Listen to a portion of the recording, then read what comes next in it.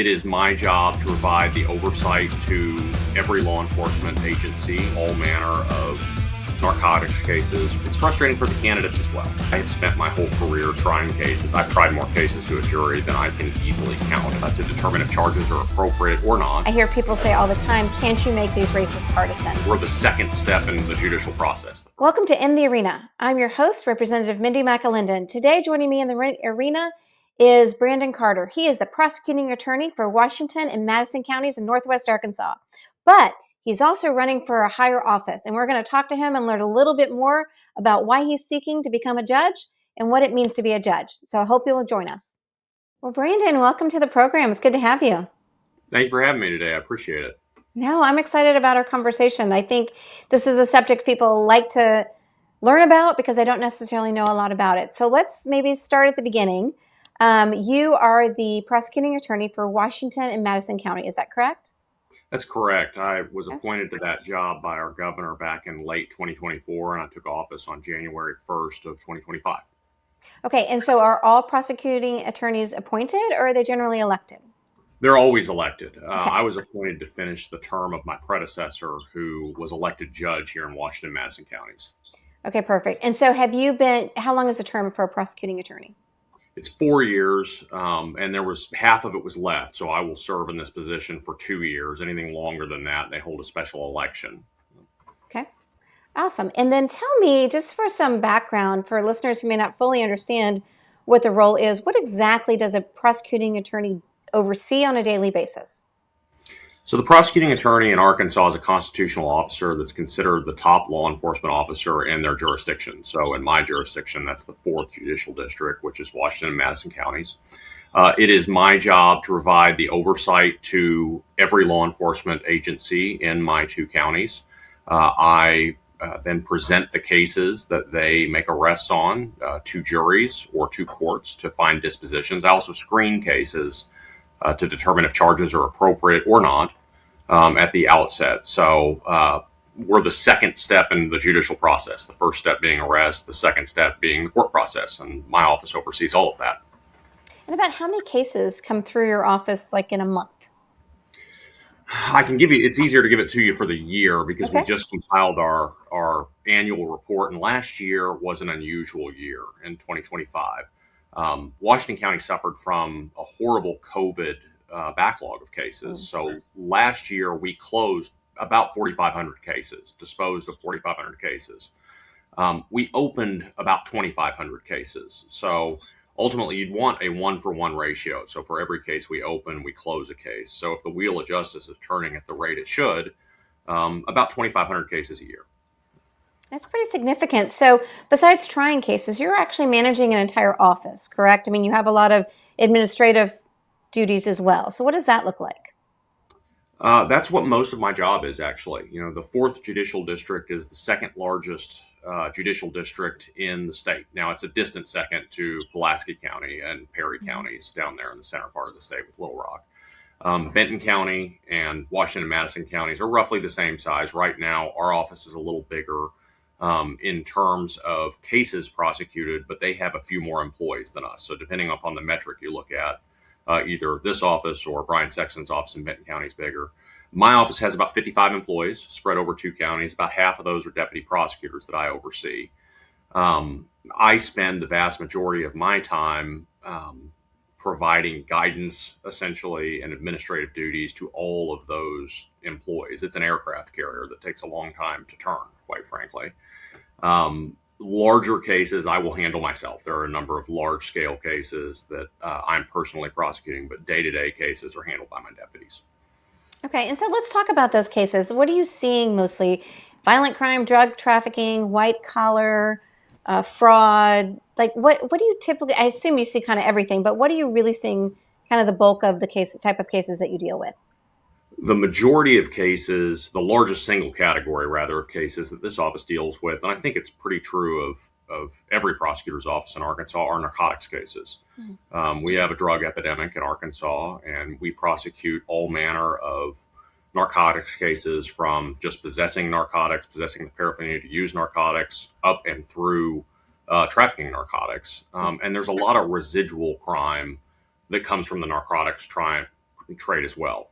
People who, because they're addicted to methamphetamine, they go out and break into something or steal something. And it may not be a direct narcotics case, but it's a case that comes about as a result of the narcotics trade. So the largest category of what we deal with in this pair of counties is narcotics cases. So I'm kind of curious, when you look at like the victims and the families in your counties, does that shape at all the responsibility that you have or the way that you balance kind of the fairness and due process? Because I would imagine, being so involved in the counties as you are, that some of these may be people you know or families you're associated with. And so how does that work for you? It's not as hard as it used to be. At the beginning of my career 20 years ago, it was certainly a lot more true that I would come across people when I was a deputy prosecutor in Benton County that I was familiar with or had connections to. But Northwest Arkansas has grown so much that we're a metropolitan area at this point. Virtually more than half of my district is urban at this point. We're not rural anymore. Madison County is a little different. In Madison County, we certainly run across cases that perhaps our office will have a connection to. What is more frequent is we see people we've prosecuted multiple times, than people we have connections with. If our office had a direct connection with a defendant in a familiar sense, we would give that case to another county to handle because it wouldn't be appropriate for us to handle it. But it doesn't happen as much anymore as it used to, just because of the size of the jurisdiction. So I'm curious, so you went to law school. Did you go to law school here in Arkansas? I did. I went to the University of Arkansas School of Law, graduated from there in 2005. I'm actually not from Northwest Arkansas. I've been here virtually my entire adult life now. But I'm from right across the border in Delaware County, Oklahoma. So the local law school for me was the University of Arkansas. That's what brought me over here. Right out of law school, I went to work as a deputy prosecutor up in Benton County. And after a number of years doing that, I went to work for the United States Department of Justice, which people generally think, Washington, D.C. And Main Justice. But I was from here and worked right here in the Western District of Arkansas, just prosecuting federal crimes instead of state ones. But, same stakeholders, same citizens that I was protecting in that role, just doing it for a different sovereign, the United States, until I was appointed prosecutor in Washington County. So what made you want to go to be, you came straight out of law school and you went directly to the prosecutor's office, and that's a very distinct line of law. Were you excited about trying cases? Was it a feeling of justice and making sure justice is served? Like, what drove you to the prosecutor's office? I wish I could say there was one thing. I didn't go through college wanting to be a lawyer. I went through college wanting to be a law enforcement officer. Did that for just a very brief period of time, so little that I don't even have any good stories to tell about it. And I've got an autoimmune disorder. I've got Crohn's disease, which made it where I had to have a surgery that removed a lot of my small bowel. Well, you can't be a police officer or a law enforcement officer when you've had a physical thing like that happen. So I had to figure something else out. And that's how I ended up in law school. And the closest thing to doing what I wanted to do with my life, which was law enforcement, was being a prosecutor, and working with law enforcement on a regular basis. So I've spent my entire career as a public servant. That makes total sense. So let's ask a little bit about your approach to the law. Can you describe for me, because you were running, let me preface this, you were running now for Court of Appeals, is that correct? That's correct. I'm running for a judgeship on the Arkansas Court of Appeals. Okay. So what would your philosophy, your judicial philosophy be if you had to describe it to someone? Like, are you a textualist? Are you look at broader intent? How do you frame that? When people ask me that question, what I tell them is my judicial philosophy is very, very simple, and that's follow the law. As judges, we're certainly not legislators, shouldn't be making the law. Shouldn't be interpreting it in a way that is anything other than what our legislators or our founders intended when they wrote it. That makes me a textualist when it comes to the Constitution. I'm an original textualist in the same sense that Justice Scalia was or Justice Clarence Thomas is. It is my belief as it relates to our Constitution that if the framers thought it was some kind of an evolving document that changed with the times, they wouldn't have given us a way to amend it. Yeah. So I interpret our Constitution as our framers intended as a textualist. Well, I agree with you 100% on that. I'm not a lawyer or a judge or anything of the sort, but I absolutely agree that it is a document and it should be read that way and not with this ever-changing philosophy that we've kind of grown into over the last 50 years. So tell me a little bit about the court of, first, why do you want to be a judge, having been a prosecutor? Why do you want to move to this position of being a judge? Well, as a prosecutor, and as it relates to our Court of Appeals, I want to be a judge because we need it on our Court of Appeals. I have spent my entire career trying the kinds of cases to juries that end up appealed. The cases that end up appealed aren't the cases where you came to some sort of a plea agreement. They're not the cases where you tried out some sort of an alternative method of justice. The cases that end up appealed are the ones that there was a winner and there was a loser, and somebody has decided to have a higher court review that. I've spent my whole career working on those kinds of cases. As it relates to the Court of Appeals itself, there are 12 judges on that court. None of them have a career criminal justice background. And the largest single category of cases that court hears are criminal cases. It's a little more than a third of their docket. I think the experience that I bring as a career prosecutor and a career that spent their entire career in the criminal justice system is important for that court. Being a judge is sort of a natural evolution if you're a public servant, particularly if you're a trial lawyer. And that's not just true for prosecutors. The same could be said of our public defenders, lawyers that specialize in DHS type cases. The cases that end up in court and end up appealed are typically the kinds of lawyers you want on your appellate courts. That makes sense. So how many cases do you typically see come through an appellate court? We said 2,500 or so are coming through the prosecutor's office. What are we looking at with the Court of Appeals? That court, every 4 years, they release a report, and that report says essentially what's happened over the last 4 years since the last report. And they hear anywhere from 1,500 to about 2,000 cases annually. Those cases can range a whole gamut of things, the largest category being criminal cases. That's about a third. The Court of Appeals is the court of appeal for Arkansas Department of Workforce Service cases. So unemployment cases are heard by that court if somebody wants to contest the findings on one of those. That's about 25% of their docket. And then the last that's left are a lot of small categories of anywhere from 1 to 10% of what I'll call everything else. That could be probates, wills and trusts. It could be domestic relations. It could be juvenile matters. It could be contracts. It could be purely civil. But as it relates to the rest of that docket, it's a whole lot of other small things that don't make up a lot of the docket. The court itself doesn't hear a ton of argument. When argument occurs, like actual in-court argument to judges, like you think of, most of the time that happens before our Supreme Court. Our Supreme Court in Arkansas has 7 judges on it. And really you want that court to be the court that hears questions where we've got a question of law. Is something constitutional or not? Court of Appeals will hear those sorts of things, but inevitably which side lost is going to appeal to the Supreme Court.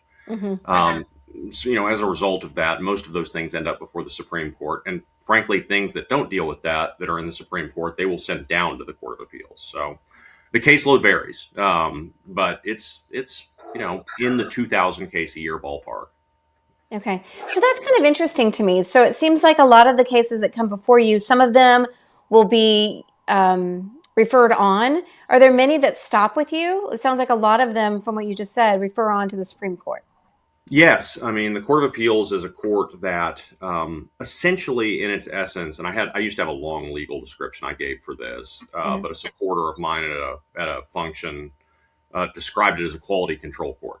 The Court of Appeals' job, in essence, is to make sure that the circuit judge below followed the law and didn't abuse their discretion. We are fairly lucky at Northwest Arkansas, and that for the most part, or for the large part, our judges are thorough and follow the law. That's not necessarily true in the entire state of Arkansas. There are judges that want to be legislators. There are judges that want to interpret the law as they see it, not as our legislature saw it, and the Court of Appeals is a check on that. Our last legislative session, you'll be familiar with this, Act 975 of this last legislative session also made the Court of Appeals the court of original jurisdiction for facial constitutional challenges. Those go straight to the Court of Appeals now rather than starting in a circuit court somewhere where litigants could essentially docket shop or pick their judge to get their issue in front of. So that was a positive development for the Court of Appeals, and it made this court much more important to the average citizen, but did it very, very quietly, if that makes sense. Yeah. Well, and it is one of those technicalities, right, that it doesn't impact the average citizen. It doesn't change your ability to get justice. It just makes those wheels of justice maybe run a little smoother. And I would hope faster. Yeah. Because you're going straight to the Court of Appeals and you're skipping the preliminary injunction part, the hearings on the preliminary injunctions, the appeals as it relates to the injunction, sending it back after the injunction for a full trial. I mean, you could in some cases, I would imagine, shave years off the litigation process. Which is amazing. I'm sorry. No, please. I think that's probably one of the frustrating things is when you think about court cases and how long it takes for these to come to fruition. When you talk about something like a violent crime or even a crime against a child, for this to drag out for years is just got to be torturous for families and for victims to have to go through that for so long. It is. I've seen it firsthand for 20 years. When I meet with the family of a victim or the victim themselves in a violent crime, one of the first things I tell them is this is going to take longer than you think it should. This is not fast. This is a very slow process. I always want to be as honest on the front end as I can to set expectations in those cases because it's frustrating. And it's frustrating for the litigants, at least on my side as well. The state, wants to dispense of justice as quickly as possible in every circumstance. I think if you really wanted to take a deep dive into dockets, you would find that most continuances and most delays are defense initiated. The state wants to get our cases to trial. We're trial attorneys. We like trying cases in court. That's why we took these jobs. But we also have to balance that with, a defendant has a right to a fair trial, and has a right to put on a complete and total defense, and they're entitled to the time it takes to do that. That balancing is what makes me visit with victims early and tell them this is a slow process. And the slower it goes, that doesn't necessarily mean the stronger the case is. There's really nothing you can factor into because it's taking so long the case is good, or because it's taking so long the case is bad. It just is, if that makes sense.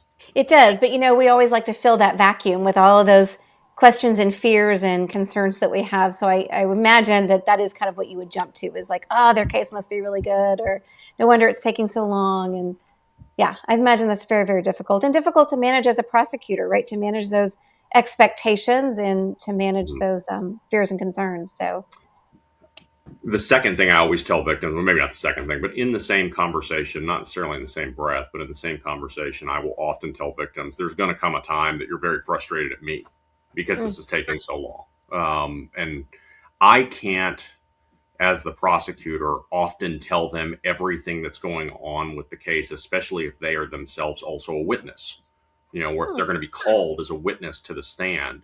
I can't taint their testimony by telling them things about the case they shouldn't know. And that's frustrating, to a victim or a witness or a litigant as well. And I try to be as upfront and transparent as I possibly can be on the very front end with every victim and family of victim that I sit down with, in that this process is not what you see on TV. Yeah. We're not going to wrap it up in an hour or a half hour. It's going to take many, many, many court settings to resolve a case. A capital murder case, typically it takes about 2 years to resolve. And that doesn't include any of the appellate process. That's just the getting to a disposition from arrest is 24 months on average. Wow, that is fascinating. It is really interesting to hear that even if I was bringing the case, if I'm going to be a witness, that you can't necessarily tell me everything about my case. That kind of reframes things for me just a little bit, because gosh, that would be frustrating to be like, why can't I know? But your logic is sound. It's fascinating to hear. Yeah, I mean, when you deal with it every day, it's normal. For the Yeah. litigants in the case, for the lawyers on both sides, that's normal for us. It is always surprising to victims Yeah. that I can't talk trial strategy with you. I represent as the prosecutor, and this is a mistake people make often too. I represent the larger interests of the state of Arkansas. Hmm. I represent everybody. I don't just represent the victim. The victim is a factor in everything I do, but they're a factor, not the factor. Now, they're a very important factor. I won't go forward without consulting with a victim on any aspect of the case. But as the prosecutor, we look at more than just the interests of the victim. We have to look at the interests of society in our jurisdiction at large as well. Such an interesting balancing act, I would imagine, to balance that fear, that feeding that information, but also trying to protect the litigant, but trying to protect the interests of Arkansas. I think a lot of those qualities actually feed into what a judge would do well. Is that fair? I mean, it seems to give you some pretty good experience there. Yeah, they're very similar. I mean, a lot of the things a prosecutor does, a prosecutor's job is essentially two things. It's to find justice and to find the truth, to seek the truth. Sometimes the truth for a prosecutor is that the defendant is not guilty or didn't do the crime. Um, that sounds an awful lot like being a judge. I mean, if you think about it, the oath to be a prosecutor when sworn in is virtually no different than the oath that a judge takes when sworn in. The title is really the only thing that's different. You swear to uphold the constitutions of our country and our state and to uphold justice. As a prosecutor, I'm the facilitator of the state's case, presenting the state's case. As a judge, you're like the umpire or the referee, in said case. So they are similar jobs, and it's a similar progression that a lot of the times you see prosecutors end up as trial judges. My two predecessors in Washington County are both circuit judges in the courthouse where I work. The Honorable Matt Durrett and the Honorable John Threed, my two predecessors, both trial judges. The prosecutor that hired me right out of law school, Robin Green, is now the Honorable Robin Green, circuit judge in Benton County. So it's a path you usually see. Prosecutors oftentimes end up trial judges. That makes sense. I agree. So let's, okay, I'm going to wrap this up pretty quick, but let's tell me, first of all, the Circuit Court of Appeals has 7 counties in it. Mm-hmm. So can you run through those real quick so that listeners know if maybe you're on their ballot or not? Yeah, I can. I've gotten pretty good at this. I have to go from north to south.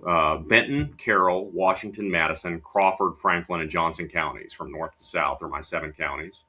I am listed on your ballot as Prosecuting Attorney Brandon Carter, because I hold a constitutional office. My title is listed.